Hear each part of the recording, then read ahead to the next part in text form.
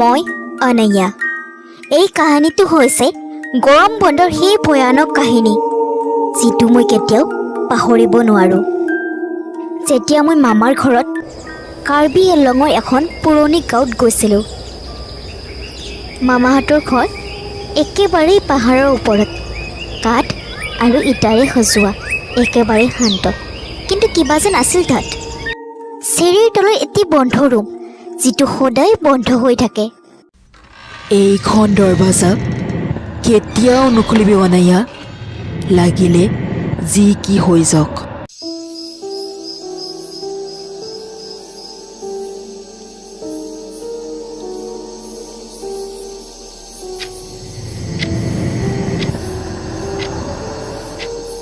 ৰাতি 2:03 মোৰ চকু খুলিল আৰু চিৰিৰ তলৰ পৰা কিছুমান শব্দ শুনিবলৈ পালোঁ, যেন কোনোবাই খোজ কাঢ়ি আছে।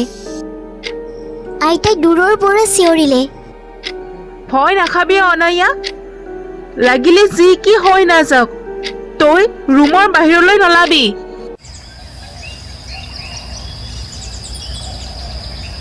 কিশোৰ, এই চিৰিৰ তলত কি আছে? তাত কিবাটো আছে যিটো অকল ৰাতি জীৱিত হয়। তাত এগৰাকী তিৰোতা আছিল। কোন তিৰোতা? মই বিশেষটো নাজানো, কিন্তু সৰুৰ পৰা শুনি আহিছোঁ এই চিৰিৰ তলত যাব মানা কৰিছে, আৰু আপুনিও ৰাতি এই চিৰিৰ তলত নাযাব।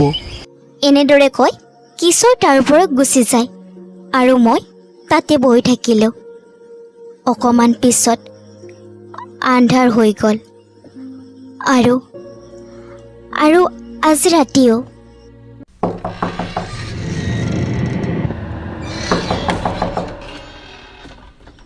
আৰে এইখন দৰজা নিজে নিজে কিয় লৰি আছে? কি হৈ আছে ইয়াত? মোৰ বহুত ভয় লাগিছিল, সেইবাবে মই চকু মুচিছিলোঁ। কিন্তু ভয় লাগিছিল। মোৰ টোপনি আহি গ'ল আৰু ৰাতিপুৱা হৈ গ'ল। দিনততো সকলোবোৰ ঠিকে থাকে, কিন্তু তৃতীয় দিনা ৰাতি। আইতা কি হৈছে তোমাৰ? চকু মেলা, আইতা। আইতাৰ গা বেয়া কৰিছিল আৰু ঘৰত অকলে মই আছিলোঁ। মই সিদ্ধান্ত কৰিলোঁ যে লাগিলে যি কি নহওক, মই আজি তাত কি আছে চাম।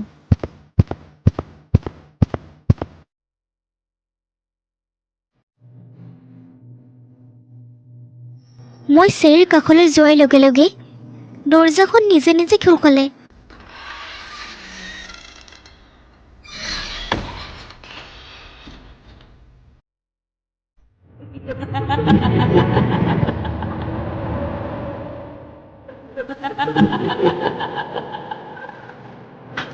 মা, তুমি আহিছা?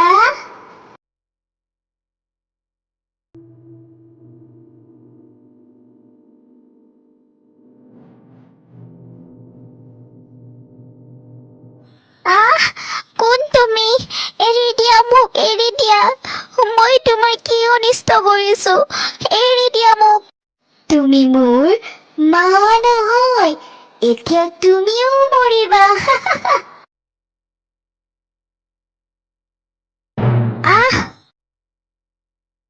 মই বহুত ভয় খাইছিলোঁ আৰু গৈ কোণাত বহিছিলোঁ। আনফালে আইতাই।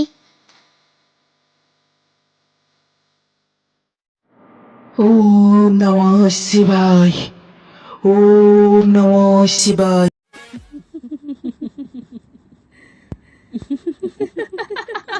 সেই ছোৱালীজনীৰ আত্মা লাহে লাহে মোৰ ওচৰ চাপিবলৈ ধৰিলে আৰু হঠাতে সেই আত্মাটোৱে মোক আক্ৰমণ কৰিলে।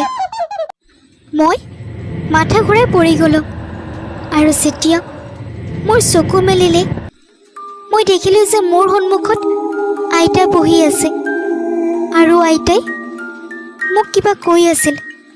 অনায়া, এই আত্মাটোৱে এতিয়া তোকো চিনি পালে আৰু তাই প্ৰত্যেক ৰাতি তোৰ বাবে দৰৱাজা খুলিব সেইবাবে তই উভতি যা অনায়া